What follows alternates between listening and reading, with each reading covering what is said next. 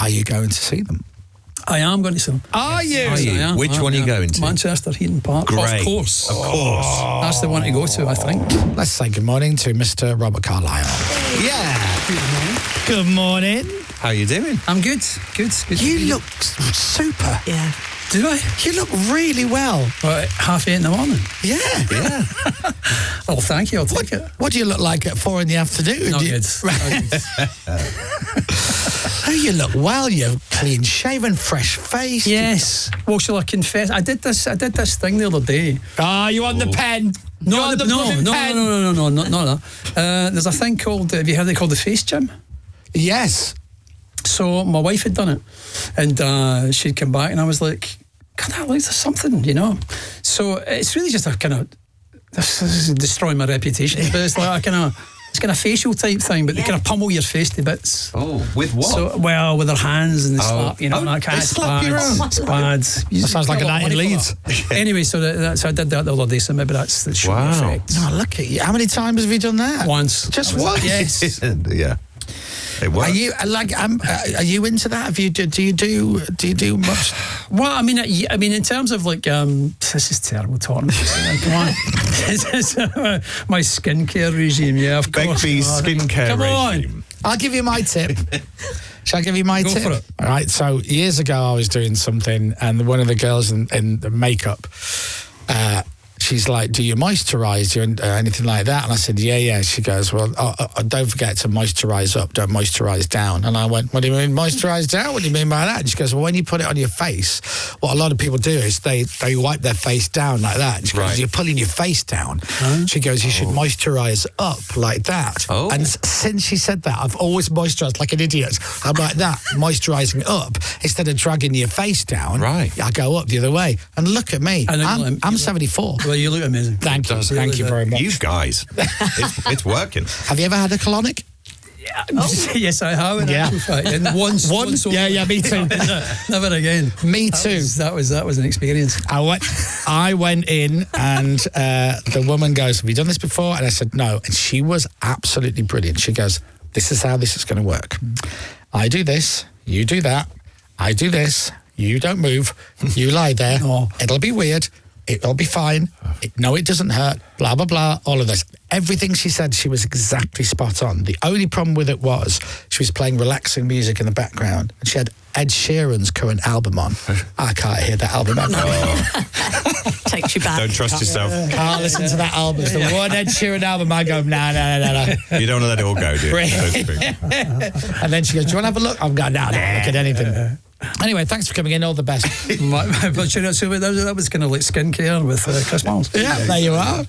Right, so much to talk to you about. Yeah. As ever, a new Netflix drama miniseries called Toxic Town, which Robert Carlyle is in. Now, is this scary? Is it heavy? Talk me through it. It's not scary, but it is heavy. It's a true story. It's set in Corby, Northamptonshire. Yeah. Corby was a steel town. There was a steel plant there from the 1930s. By the time you get to the mid-80s, steel industry is declining. So the mill was closed down, and Corby Borough Council embarked on a big reclamation and redevelopment programme. And part of that was to remove masses of industrial and toxic waste from that site that had built up over those 50 years. Yeah. So it was the removal of that waste that led to what became significant problems. It sounds like a heavy drama. But it's a story of the time that, you know, it was actually the one of Britain's biggest environmental scandals. But at the time, you know, it kind of passed by a little. Yeah. So there wasn't an awful lot of emphasis on the story. People didn't really listen to the story, but it's certainly one that's worth telling. So the story goes, for those of you who don't know the actual story, because it is a true story. So there were dozens of babies in Corby were born with disabilities, and a lot of the mums got together to go, right, this can't be a coincidence. What's the story? And as Robert just said, it was the toxic waste.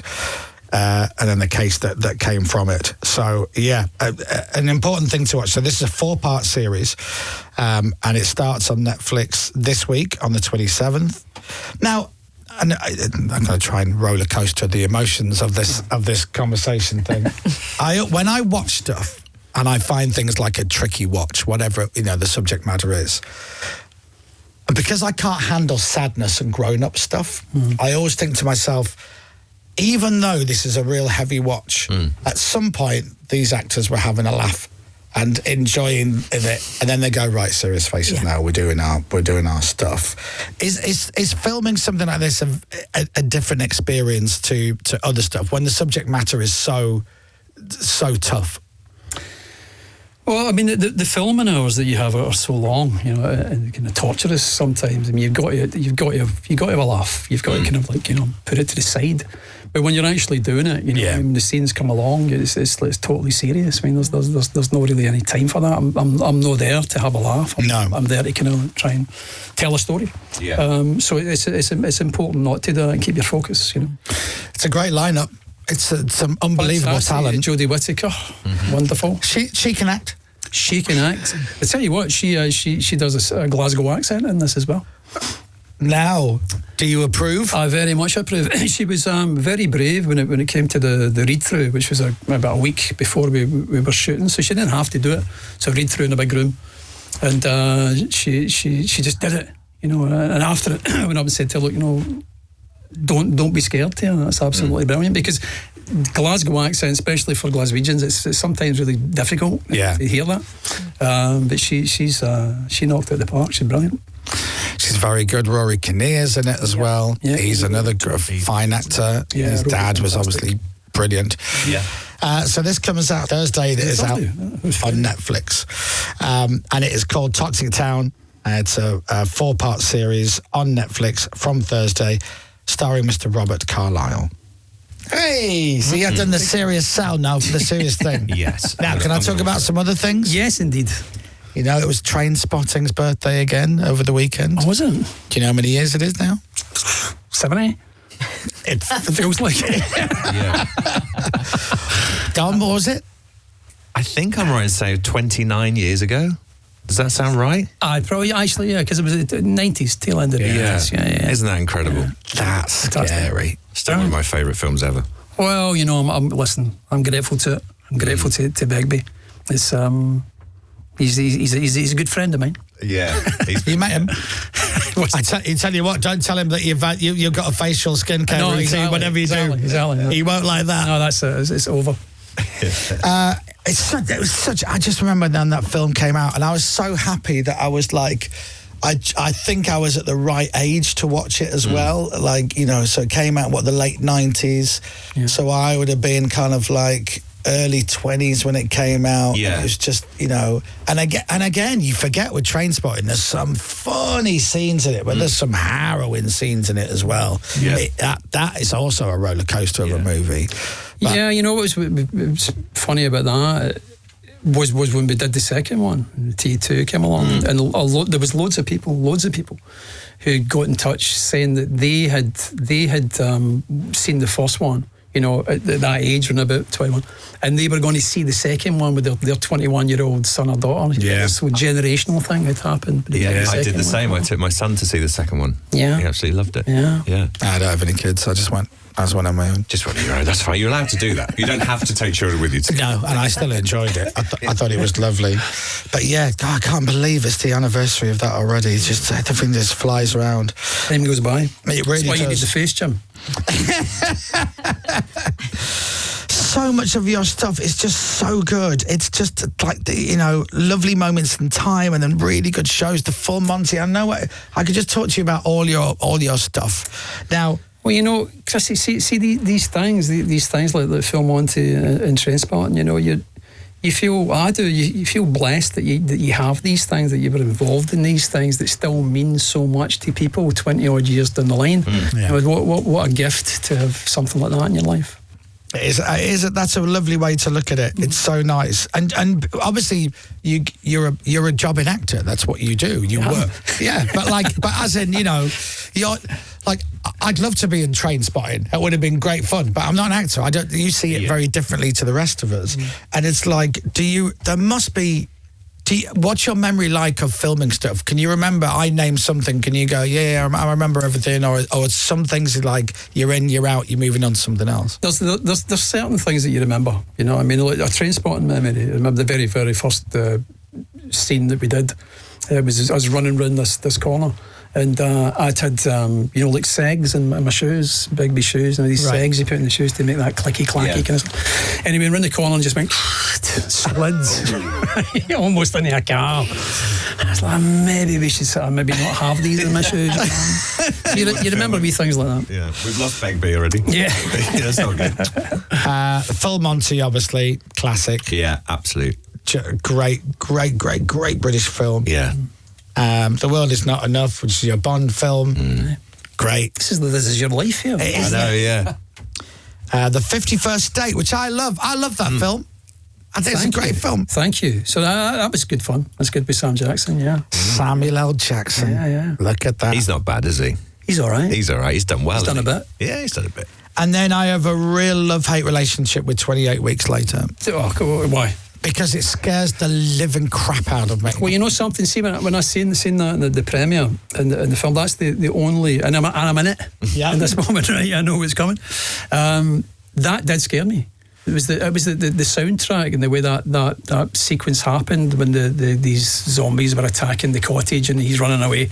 Yeah. You know, that moment. That was like at the end of it. You know, when I'm in the boat. Yeah. That was kind of how I felt when I was watching. I thought, this is scary. Oh, and again, it's harrowing scenes in that. Like, because I watch Walking Dead. Yeah. Right? But I hate zombies. And I don't know why. I get bad press. But so I've watched Walking Dead since it started. So this is 10 years of my life I've been watching this show. And it doesn't matter what episode I'm watching. They do this thing in Walking Dead where the zombies are walkers. Because that's a very clever thing they do in Walking Dead. They're never, ever, ever called zombies. Ever. Because in the world of The Walking Dead, zombies aren't a thing. So there's no zombie movies. Got you. So these are people who died and they come back again. So they all call them different things, which is very clever, but they never use the word zombie. Yeah. But they have the noise that they make. So there'll be a scene going on and, they're found in an old supermarket, they're looking for food, and then you'll just say, and I start doing that thing where I'm like, what time is it? I just need to... It's the worst programme for you to watch. I know. Really, but you love it. It's so weird. I love it. But I don't like the zombies. The great thing about the zombies in 28 Weeks was they were fast. That was the difference. Because mostly zombies in the past, in the old 70s movies, they were like, 2 mile an hour. You just run away from them. You could definitely not those ones. leg it, yeah. Last time you were on, I think I mentioned, I can't remember if it was on the air or off the air, but I mentioned to you about our pubcast. We do we do a pubcast every year for charity. We go to the pub, we have a few drinks, and I always think, they might be a good guest for that. And the way I had to get into it is to go, do you drink? Which is always a weird question out of the blue. And I think you said, yeah, occasionally one or two. And I'm like, would you be up for doing the pubcast? And I think you almost did it last year. I think it was just a scheduling. Yeah, it's probably a way. Well, we did it. Yeah. Right. And we just put it out there and to try and raise lots of money for charity, and just raised just under £200,000. I guess it was Chris Tarrant this year. Right. But it was actually delayed. We actually recorded it last year, which means this year we've got to do it again. It'll be our 10th one. Yes. Now, if you're available, fancy it. That was a good sell, that one. Wasn't it? Yeah. Do you drink though, Robert? I think that's... I did minimally. Just a tiny little bit. Of course, I would love to do that. That would be an absolute pleasure. Well, thank you. I love that you would give your time. And I know you don't enjoy drinking, but you do have to do it for the charity. It's for the kids, Robert. I have to enjoy the drinking. You have to. You don't have to enjoy it. You just got to do it. But it's going to be our 10th one this year. Yeah. We've reinvented charity fundraising, Robert. That's fantastic. To raise that amount of money is just fantastic. It's 9 drunken pubcasts have raised £1.2 million for charity. Fantastic. And all we do is sit there and drink Guinness. That's amazing. Isn't it? Who would have thought? Yeah. I know. I was leathered in this. It's really bad. It was your year. I don't remember half of it. So the new Netflix drama is Toxic Town, starring Robert Carlyle. 4-part series starts on Thursday. Now, what's next? Because I bet you've already done something else between doing that and this. Yeah, there's a couple of things in there. This is the kind of the point in my life where there's lots of stuff coming out. I've got a little indie film coming out in March, I think, called The Performance. And that was based on an Arthur Miller short story, and it's about a tap dancing troupe that's gone around Eastern Europe just before the outbreak of the Second World War. They bump into this German cultural attaché, which is myself, and he invites them to go and perform in Berlin for a special guest. Oh wow! Maybe. Wow! So it's a wonderful story. It's a bit kind of Faustian tale. It's about how far you'll go to achieve fame and money and stuff like that. So there's that. Nice. Also, I've just finished a piece with David Tennant and Toby Jones, which is called The Hack, and that is about the News of the World phone hacking scandal in the 90s. Oh wow! Okay. Jeepers. Yeah, that's a good one. Oh yeah, I am Scandal Man at the moment. Yes, Really? Scandal Man. Yes. God, blimey. I love it. It's such a varied list of stuff, isn't it? But Thank you. Now, you are, I believe, in an Oasis video. I am, little by little. You are. Are you going to see them? I am going to see them. Are you? Yes, I am. Which one are you going to? Manchester, Heaton Park. Great. Of course. Of course. That's the one to go to, I think. Oh, that would be great. Which I tell you is brilliant because my kids, my two boys particularly, they love them. Oh, great. So they're going to come as well, and I thought this is going to be amazing because they've been desperate to see them and thought they never ever would. So they're going to be able to go there with their mum and dad and watch Oasis. And there's like 20 years on or whatever it is. It's just That's nice. How old are they? Well, Pierce actually turns 19 today. In fact, he's it's still yesterday in Canada at the moment. Right, okay. He turns 19 today, and the other one's he'll be 21 next month. Wow. Yeah. Oh, that's going to be They are going to love it. Yeah, they will love it. They will love it. Pierce is a fantastic wee guitar player as well, so he'll love it. Oh, what a brilliant thing.